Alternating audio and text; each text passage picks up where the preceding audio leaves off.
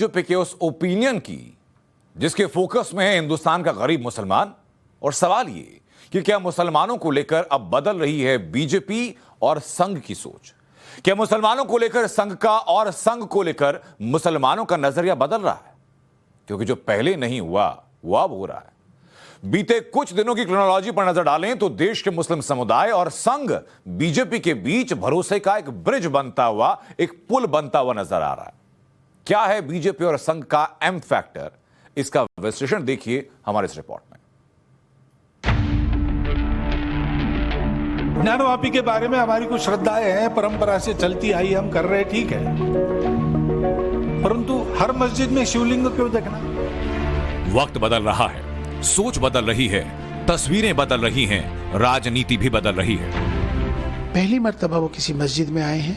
वो राष्ट्रपिता हैं इस देश के, राष्ट्र ऋषि हैं। तुष्टिकरण किसी का नहीं, सबका साथ सबका विकास, यही है वो सिद्धांत जिसकी धुरी पर टिकी है संघ और बीजेपी की संपूर्ण सियासत। देश में शायद पहली बार ऐसा दौर आया जब मुस्लिम परस्त सियासत हाशिए पर है। हालत ये कि खुद को सेकुलर कहने वाली पार्टियां मुसलमानों से जुड़े मुद्दे उठाना तो दूर, उनके नाम तक लेने से बच रही है। इस पूरे दौर में सबसे खास बात यह कि सियासी नजरिए से हाशिए पर पहुंचा दिए गए मुस्लिमों से अब संघ और बीजेपी ने जुड़ाव की कोशिशें तेज कर दी। तस्वीर नंबर 1, तस्वीर नंबर 2, तस्वीर नंबर 3 और तस्वीर नंबर 4। संघ और मुस्लिमों के रिश्तों के लिहाज से आप इन पिक्चर्स को दुर्लभ तस्वीरों की कैटेगरी में रख सकते हैं, लेकिन आज की हकीकत यही है। संघ और बीजेपी कैसे मुस्लिम समुदाय के नजदीक आ रहे हैं, इसकी एक और बानगी देखिए।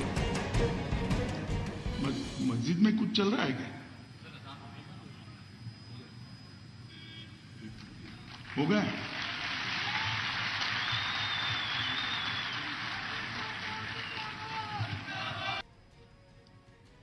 मस्जिद में कुछ चल रहा है क्या? ये तस्वीरें कश्मीर के बारामूला की हैं, जहां विजयदशमी के मौके पर 30 साल बाद कोई गृह मंत्री पहुंचा। यहां अमित शाह ने अजान के दौरान अपना भाषण रोक दिया तो मैदान तालियों से गूंज उठा। मुझे अभी चिट्ठी मिली, मस्जिद में समय हुआ है प्रार्थना का, अब समाप्त हो गया। मैं चालू करूं क्या फिर से? जरा जोर से बोलो, चालू करूं भाई? सीमावर्ती जिलों में एक आशंका बनी हुई। हालांकि ये पहली बार नहीं, इसी तरह जब अमित शाह बिहार के सीमांचल के दौरे पर गए थे तो भी अजान के दौरान उन्होंने भाषण रोक दिया था। ये तस्वीरें बयां कर रही हैं कि मुसलमानों को लेकर संघ और बीजेपी का नजरिया बदल रहा है। हिम्मत नहीं है तो इन्हें लेकर मुस्लिमों की सोच भी बदल रही है। मनमानी करने की। हाल के घटनाक्रम को देखिए तो लगता है कि जैसे हिंदुस्तान के मुसलमानों में बीजेपी और संघ के लिए भरोसा जगाने की कमान खुद संघ प्रमुख मोहन भागवत ने संभाल ली। मोहन भागवत खुद मस्जिद और मदरसों में जाकर मुस्लिम धर्मगुरुओं से मिल रहे हैं।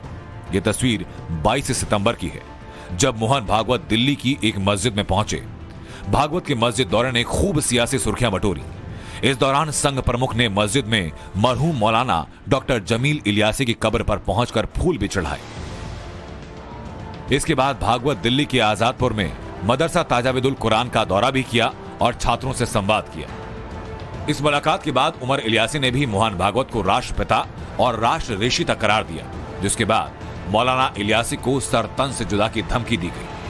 आप इस समय बंगाल से बोले या बांग्लादेश से बोले, मुझे आप मुफ्ती हो या कोई भी हो, मुझे आपकी धमकी से मुझे डर नहीं लगता है। पहली बात तो ये है, आप सुनिए, मैं आपको बता रहा हूँ, सुनिए मेरी बात। और आपसे सर्टिफिकेट मुझे नहीं चाहिए कि मैं उनको राष्ट्रपिता बोलता हूँ। राष्ट्रपिता का मैंने उनको अपने भाव से दिया, मैंने राष्ट्र ऋषि उनको बोला, मैंने अपने इमाम हाउस में बुलाया। मैंने किसी का अपमान नहीं किया, मुझे आपसे सर्टिफिकेट नहीं चाहिए।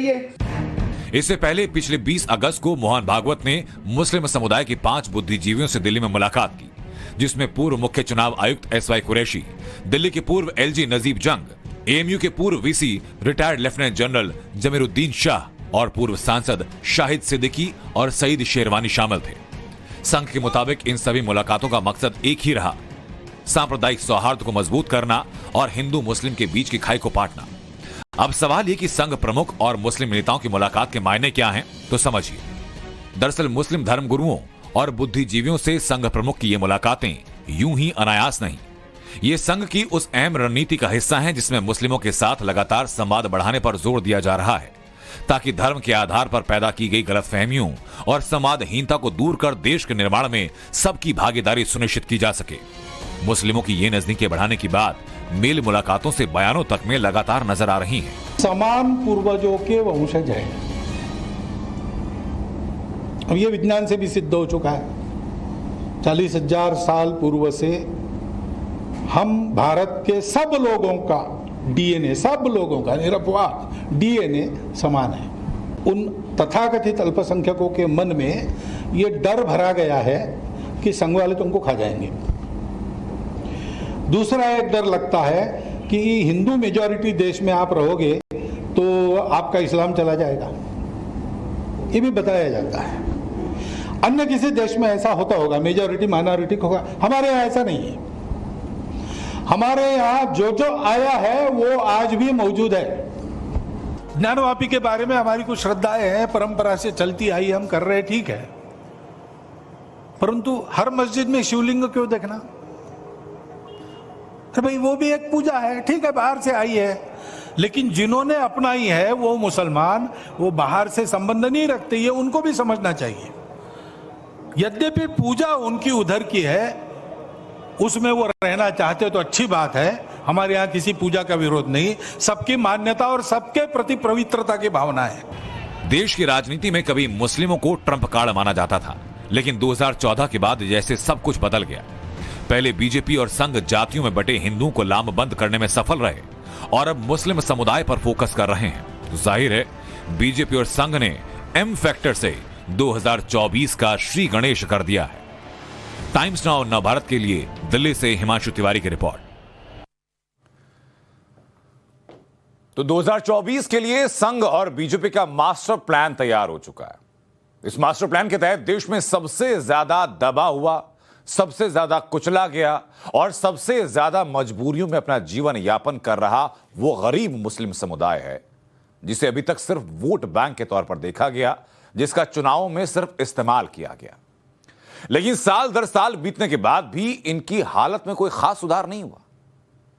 अब संघ और बीजेपी ने अपने नए मास्टर प्लान के जरिए इनसे जुड़ने की मुहिम शुरू की है, इनको विकास की उसी परिपाटी पर लाने की मुहिम शुरू की है। कैसे बीजेपी 2024 को लेकर अपने टारगेट सेट कर रही है, इस रिपोर्ट के जरिए देखिए आप।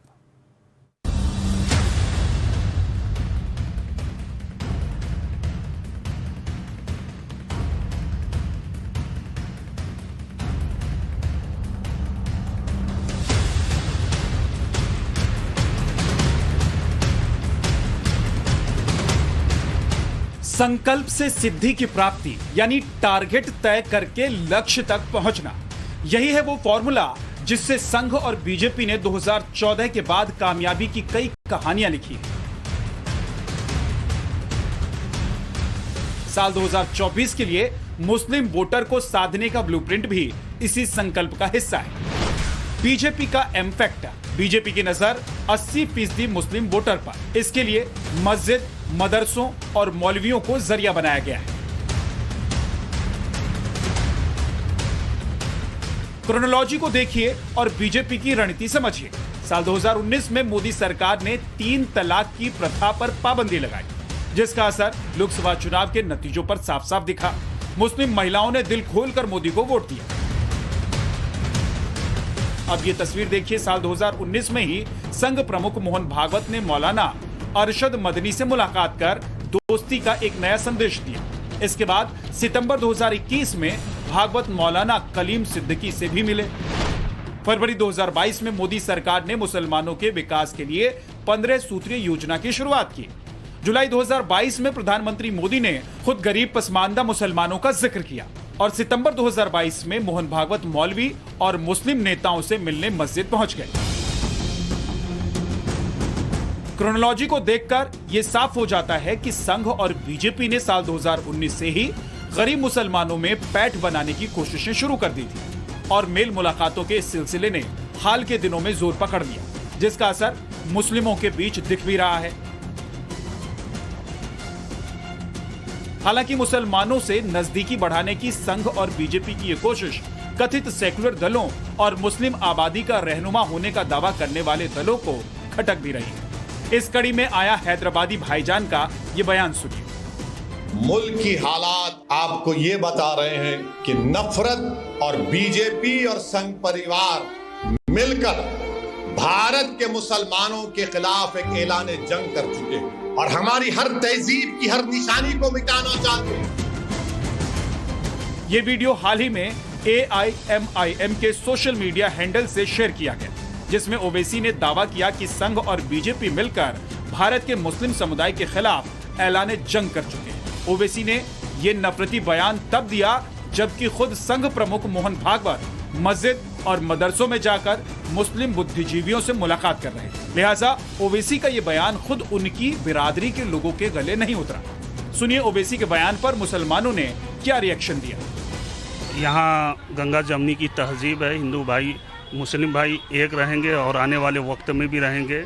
और इसको जो भी कोई हो, जिस भी पार्टी का भड़काने वाला हो, उसके भड़काने से कोई भड़कने वाला नहीं है। किसी भी पार्टी की आइडियोलॉजी उनकी निजी आइडियोलॉजी, उनकी एक बड़ी पार्टी है जिसके वो सदर हैं, वो अपनी विचारधारा या अपने नज़रिए से किसी अपने चश्मे से कोई बात देख रहे हैं तो वो मुसलमानों की आइडियोलॉजी नहीं हो सकती, पूरे मुसलमान तो सोच सकती। और बनारस के मुसलमान इसका खंडन करते हैं।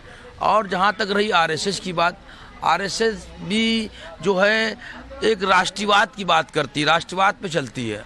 अभी हमारे जो है संघ के सरसंचालक साहब ने भी कहा कि जो शिवलिंग वाली बात निकली थी तो हर मंदिर मस्जिदों में शिवलिंग न तलाशें, तो उन्होंने अपना पक्ष स्पष्ट किया था। तो कहने का मकसद है इसी तरह ओवैसी साहब को भी अपना पक्ष स्पष्ट करना चाहिए कि देश के साथ है, राष्ट्रहित में कि राष्ट्रहित के खिलाफ। ये सभी बयान इस बात की तस्दीक कर रहे हैं कि बीजेपी और संघ मुसलमानों से नजदीकी बढ़ाने के अपने टारगेट की तरफ बढ़ रहे हैं। गरीबों के लिए, फिर चाहे वो हिंदू हो या मुसलमान, मोदी सरकार की विकास योजना को सराहा जा रहा है। 2024 तक इस भरोसे को और पक्का करना ही इस वक्त बीजेपी और संघ का लक्ष्य है। Bureau report, times now, Navbharat.